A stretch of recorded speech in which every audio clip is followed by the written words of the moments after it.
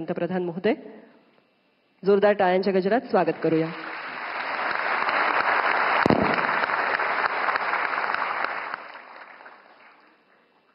कार्यक्रम में उपस्थित वरिष्ठ नेता श्रीमान शरद पवार जी, महाराष्ट्र के लोकप्रिय मुख्यमंत्री श्री देवेंद्र फडणवीस जी, अखिल भारतीय मराठी साहित्य सम्मेलन के अध्यक्ष डॉक्टर तारा भवालकर जी, पूर्व अध्यक्ष डॉक्टर रविंद्र शोभने जी, सभी सदस्यगण, मराठी भाषा के सभी विद्वद्गण और उपस्थित भाई और बहनों, अभी डॉक्टर तारा जी का भाषण पूरा हुआ तो मैंने ऐसे ही कहा फार छान.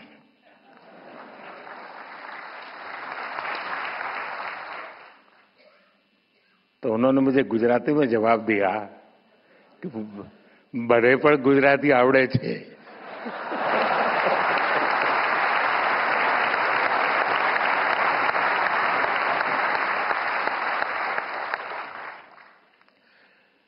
देशाच्या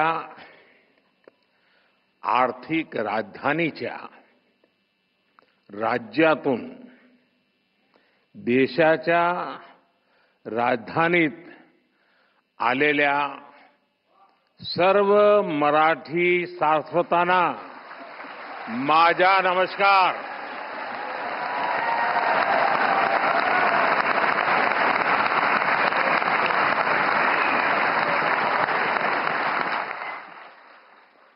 आज दिल्ली की धरती पर मराठी भाषा के इस गौरवशाली कार्यक्रम का आयोजन हो रहा है. अखिल भारतीय मराठी साहित्य सम्मेलन एक भाषा या राज्य तक सीमित आयोजन नहीं है. मराठी साहित्य के इस सम्मेलन में आजादी की लड़ाई की महक है. इसमें महाराष्ट्र और राष्ट्र की सांस्कृतिक विरासत है. ज्ञानोबा तुकारामांच्या मराठीला आज राजधानी दिल्ली अतिशय मनापासून अभिवादन करते.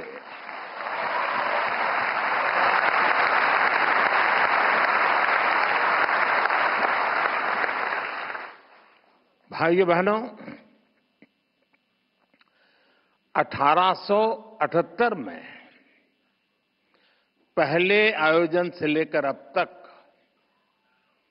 अखिल भारतीय मराठी साहित्य सम्मेलन देश की 147 वर्षों की यात्रा का साक्षी रहा है. महादेव गोविंद रानडे जी, हरिनारायण आप्टे जी, माधव श्रीहरि अणे जी, शिवराम परांजपे जी, वीर सावरकर जी, देश की कितनी ही महान विभूतियों ने इसकी अध्यक्षता की है. शरद जी के आमंत्रण पर आज मुझे इस गौरवपूर्ण परंपरा से जुड़ने का अवसर मिल रहा है. मैं आप सभी को, देश दुनिया के सभी मराठी प्रेमियों को इस आयोजन की बहुत बहुत बधाई देता हूं.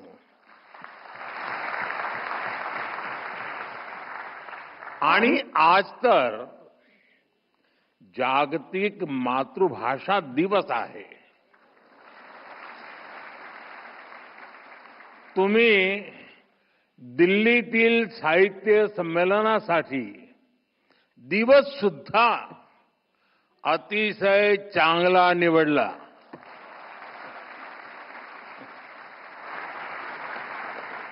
साथियों, मैं जब मराठी के बारे में सोचता हूं तो मुझे संत ज्ञानेश्वर का वचन याद आना बहुत स्वाभाविक है।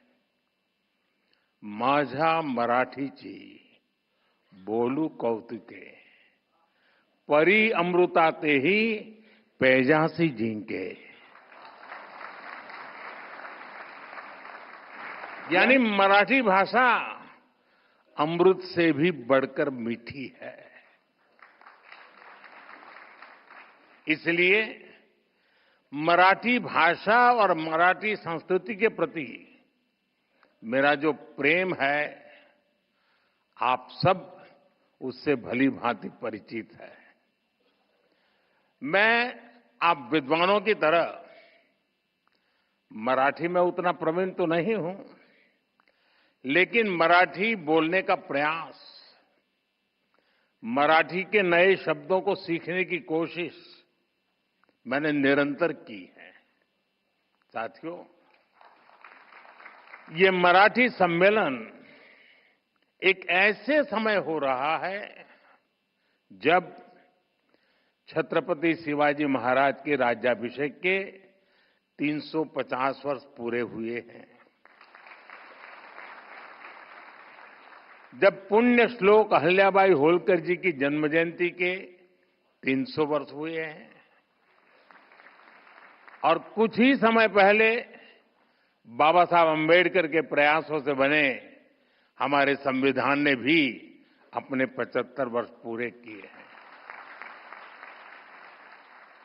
साथियों, आज हम इस बात पर भी गर्व करेंगे कि महाराष्ट्र की धरती पर मराठी भाषी एक महापुरुष ने 100 वर्ष पहले राष्ट्रीय स्वयंसेवक संघ का बीज बोया था। आज ये एक वटवृक्ष के रूप में अपना शताब्दी वर्ष मना रहा है। वेद से विवेकानंद तक भारत की महान परंपरा और संस्कृति को नई पीढ़ी तक पहुंचाने का एक संस्कार यज्ञ राष्ट्रीय स्वयंसेवक संघ पिछले 100 वर्ष से चला रहा है। मेरा सौभाग्य है कि मेरे जैसे लाखों लोगों को आरएसएस ने देश के लिए जीने की प्रेरणा दी है और संघ के ही कारण मुझे मराठी भाषा और मराठी परंपरा से जुड़ने का भी सौभाग्य प्राप्त हुआ। इसी कालखंड में कुछ महीने पहले मराठी भाषा को अभिजात भाषा का दर्जा दिया गया है। देश और दुनिया में 12 करोड़ से ज्यादा मराठी भाषी लोग हैं। मराठी को अभिजात भाषा का दर्जा मिले, इसका करोड़ों मराठी भाषियों को दशकों से इंतजार था। ये काम पूरा करने का अवसर मुझे मिला। मैं इसे अपने जीवन का बड़ा सौभाग्य मानता हूं। माननीय विद्वद्जन, आप जानते हैं, भाषा केवल उसके संवाद का माध्यम पर नहीं होती है। हमारी भाषा हमारी संस्कृति की संवाहक होती है। ये बात सही है कि भाषाएं समाज में जन्म लेती है, लेकिन भाषा समाज के निर्माण में उतनी ही अहम भूमिका निभाती है। हमारी मराठी ने महाराष्ट्र और राष्ट्र के कितने ही मनुष्यों के विचारों को अभिव्यक्ति देकर हमारा सांस्कृतिक निर्माण किया है। इसलिए समर्थ रामदास जी कहते थे, मराठा तीतू का मेळवावा, महाराष्ट्र धर्म वाढवावा, आहे तितके जतन करावे, पुढे आणीक मिळवावे, महाराष्ट्र राज्य करावे. जिकडे तिकडे मराठी एक संपूर्ण भाषा है. इसलिए मराठी में शूरता भी है, वीरता भी है. मराठी में सौंदर्य भी है, संवेदना भी है, समानता भी है, समरसता भी है. इसमें आध्यात्म के स्वर भी है और आधुनिकता की लहर भी है. मराठी में भक्ति भी है, शक्ति भी है और युक्ति भी है.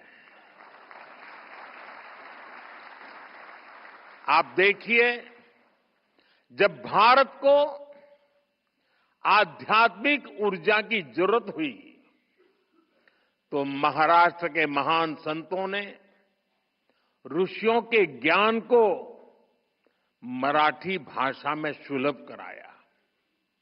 संत ज्ञानेश्वर, संत तुकाराम, संत रामदास, संत नामदेव, संत तुकडोजी महाराज, गाडगे बाबा, गोरा कुमार और बहिणाबाई, महाराष्ट्र के कितने ही संतों ने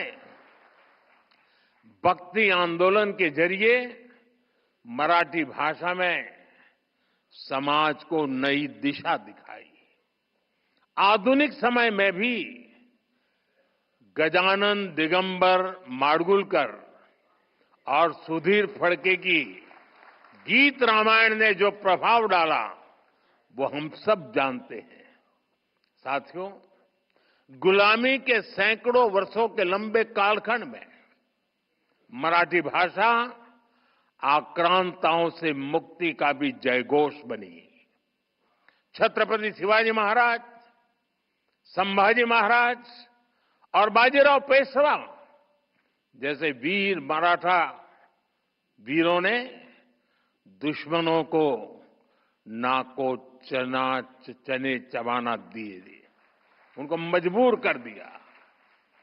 आजादी की लड़ाई में वासुदेव बलवंत फड़के, लोकमान्य तिलक और वीर सावरकर जैसे सेनानियों ने अंग्रेजों की नींद उड़ा दी. उनके इस योगदान में मराठी भाषा और मराठी साहित्य का बहुत बड़ा योगदान था.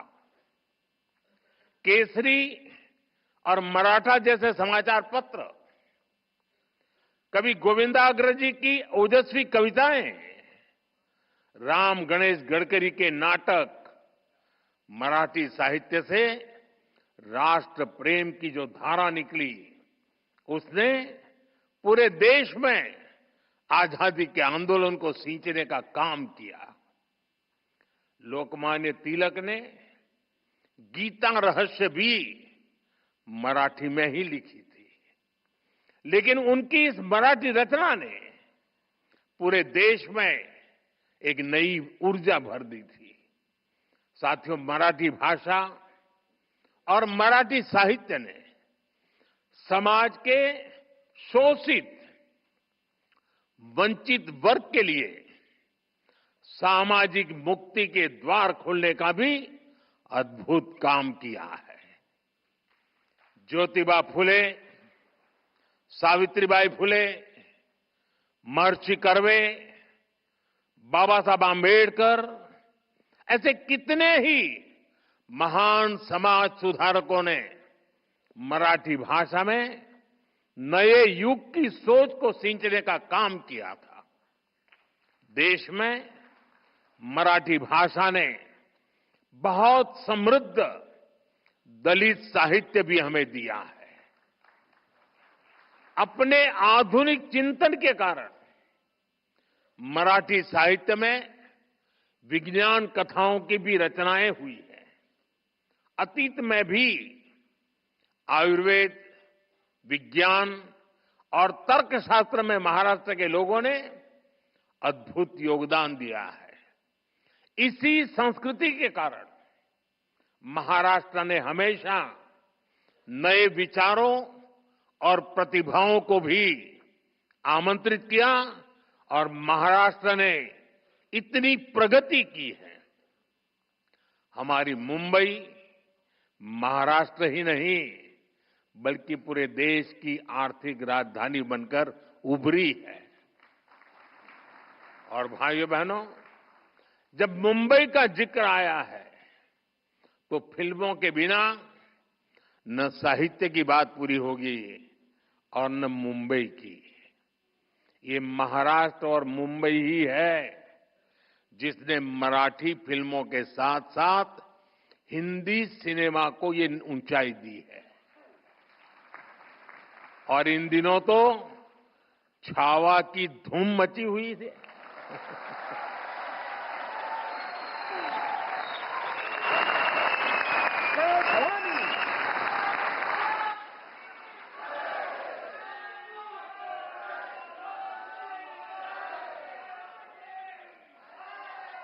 संभाजी महाराज के शौर्य से इस रूप में परिचय शिवाजी सावंत के मराठी उपन्यास ने ही कराया है।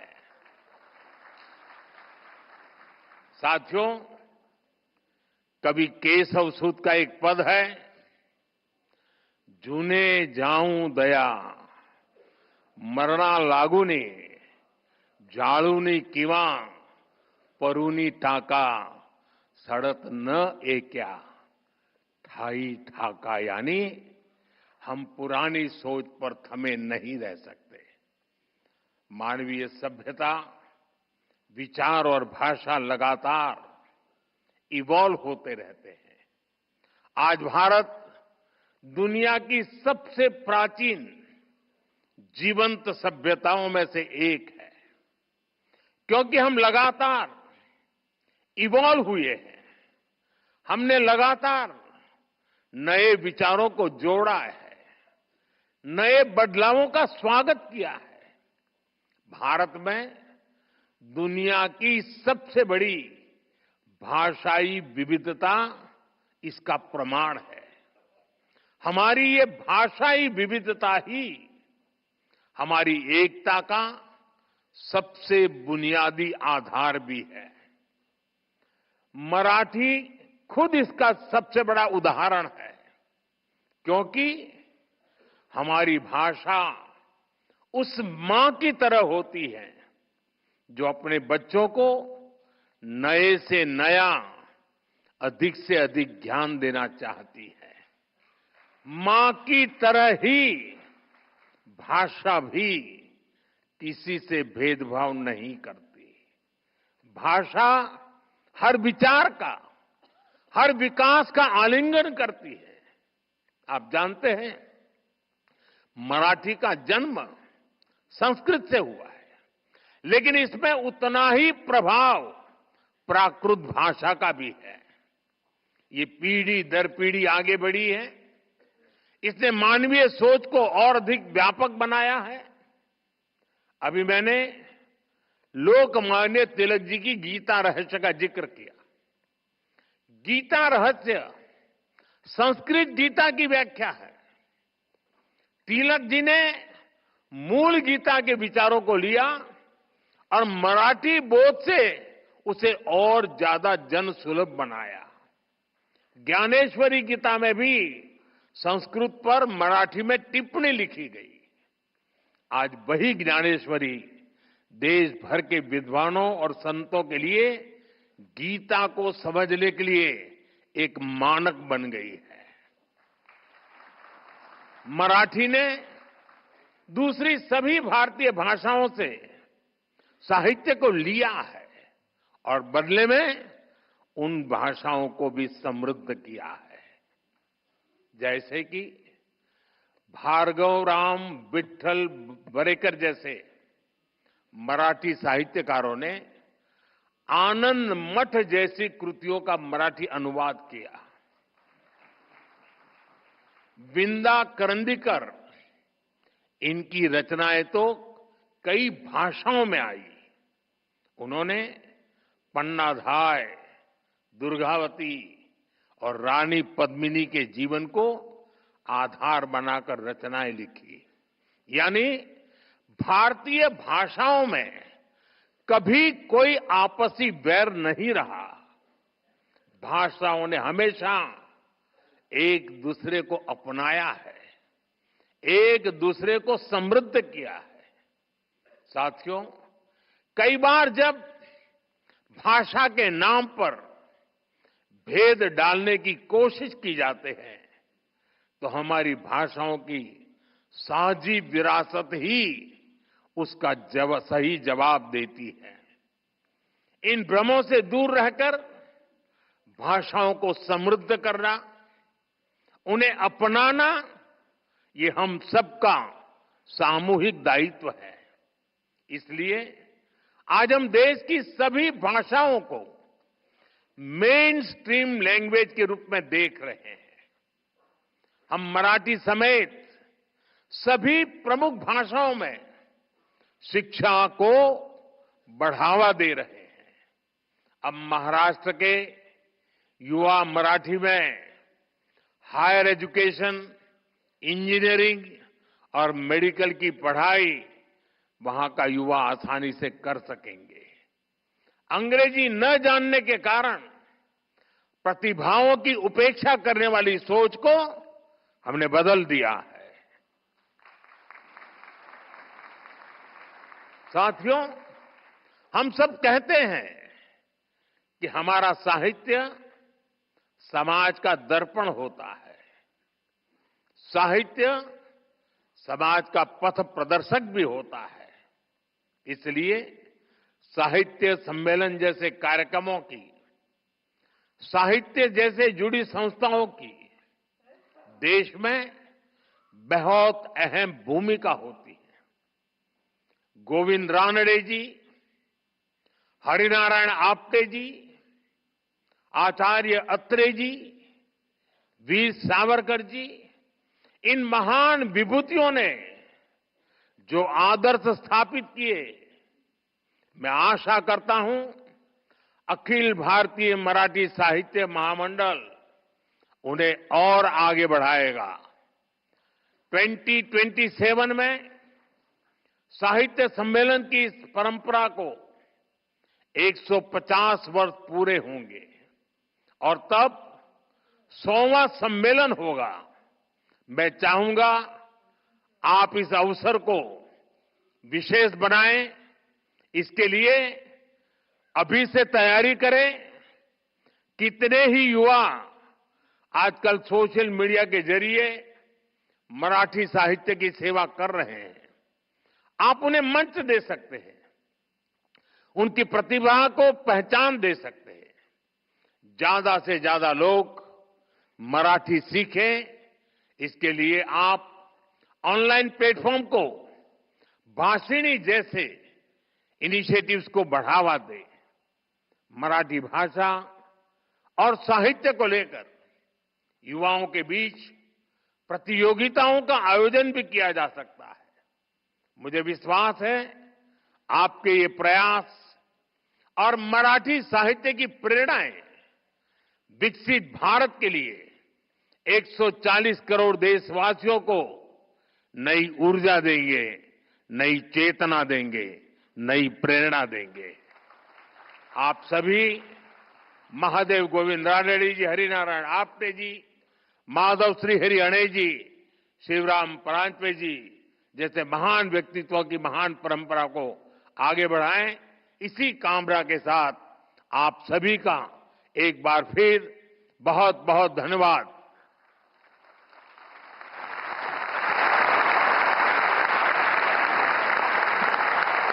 अतिशय रंजक झालेला असा हा क्षण आपणा सगळ्यांसाठी आपण सर्वांनी उभं राहून मानवंदना दिलेली आहे देशाचे पंतप्रधान आदरणीय श्री नरेंद्र मोदीजी यांना। यानंतर शमीमा अख्तर पसायदान म्हणतील आणि मग आजच्या उद्घाटन सोहळ्याची सांगता होईल। संतश्रेष्ठ ज्ञानेश्वरांच्या पसायदानाने सांगता होईल।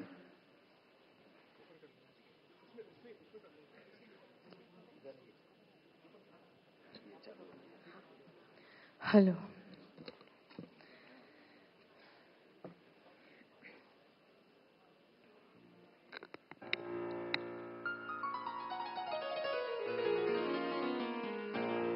आता विश्वात्मके देवे येणे वागत्ने तोषावे तोषोनी मजत्यावे पसाय दान है जे खडांची व्यंकटी सांडो तया सत्कर्मी रतिवाडो भूतान परस्परे पढ़ो मैत्र जीवाचे दुरिताचे ते मेरे जाओ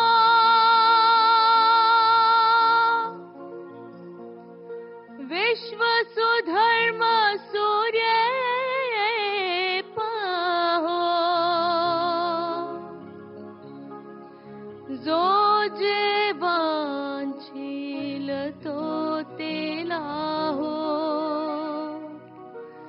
प्राणी जात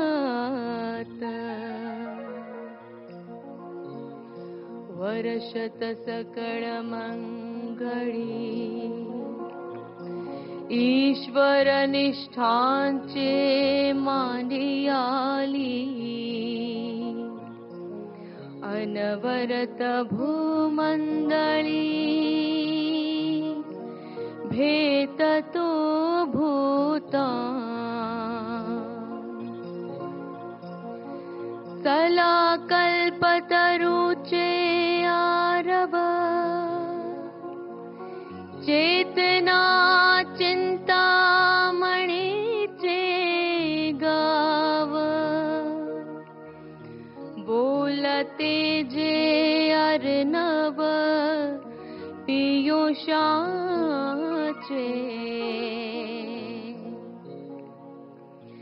चंद्रमी जे अलांछन मारदंड जे तापहीन ते सर्वाही सदा सज्जन सोया रे हो तू किं बहुणा सर्व सुखी पूर्ण होवो नीतिनी लोकी भजी जो आदि पुरुखी अखंडित आणि ग्रंथोपजीविये विशेषी लोकीये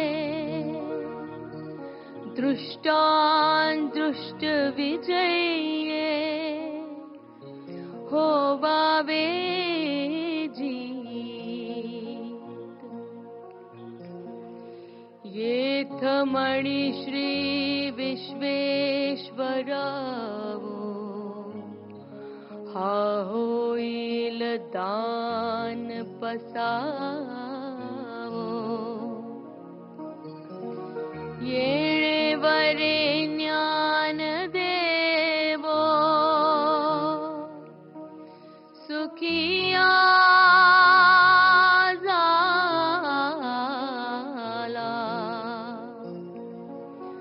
सुखिया झाला सुखिया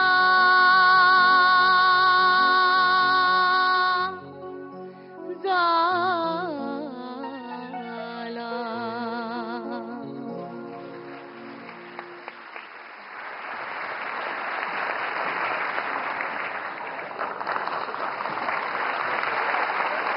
देशाचे माननीय पंतप्रधान श्री नरेंद्र मोदीजी, महाराष्ट्र राज्याचे मुख्यमंत्री आदरणीय देवेंद्र फडणवीस साहेब, स्वागताध्यक्ष माननीय शरदचंद्रजी पवार साहेब आणि उपस्थित मंचावरील इतर सर्व मान्यवर सगळ्यांचे मनपूर्वक आभार प्रकट करतो आणि यातील अन्य मान्यवरांसमवेत आपला उद्घाटन सत्राचा पुढील भाग आपल्याला तालकटोरा येथे जिथे आपलं संमेलन स्थळ आहे त्या छत्रपती शिवाजी महाराज साहित्य नगरीमध्ये आपल्याला याचा आनंद घ्यायचा आहे. तेव्हा आपण सगळे पुन्हा भेटणार आहोत ते उद्घाटन सत्राच्या द्वितीय सत्रामध्ये. 98व्या अखिल भारतीय मराठी साहित्य संमेलनाचे उद्घाटन माननीय पंतप्रधानांच्या उपस्थितीत त्यांच्या शुभ हस्ते या ठिकाणी झाले. आपणा सगळ्यांचेही आजच्या उपस्थितीसाठी मनपूर्वक आभार मानून रजा घेतो. धन्यवाद. तो आप देख रहे थे सीधा प्रसारण नई दिल्ली के विज्ञान भवन से, जहां 98वें अखिल भारतीय मराठी साहित्य सम्मेलन का प्रधानमंत्री नरेंद्र मोदी ने उद्घाटन किया और इस अवसर पर